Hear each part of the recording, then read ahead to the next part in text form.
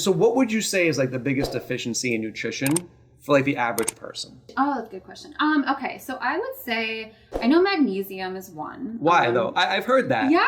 But I made the mistake of taking magnesium. I was on the toilet.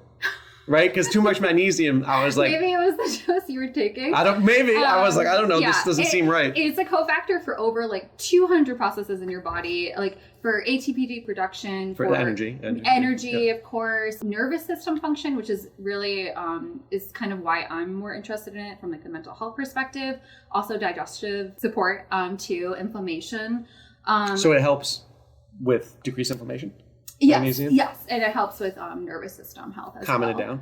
Yes, Okay. exactly. It has kind of a calming effect on your nervous system if you're deficient. I would also say like B12 too, and folate, because both like more bioavailable forms of those. So for instance, someone who may have a genetic variant may not be able to, you know how like a multivitamin might just have a basic B12, like not the methylated form. Someone who may have a genetic variant and they can't absorb that regular B12, they're not going to be able to absorb that B12 that they need so badly for serotonin, like GABA, dopamine, which is like a precursor for all those different things. So you know what's interesting with that? So when I did the genetic testing, it then gives you the supplements that they would want you to supplement with. Oh, yeah. And they have their supplement company, but we use Prestige Labs.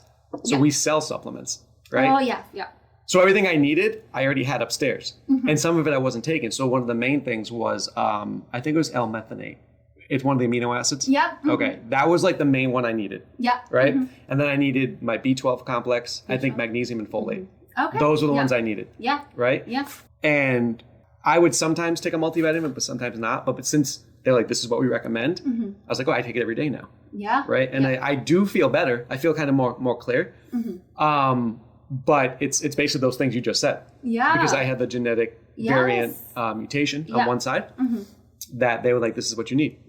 Right? Because if we don't ingest these vitamins or molecules, like we don't make them on their own.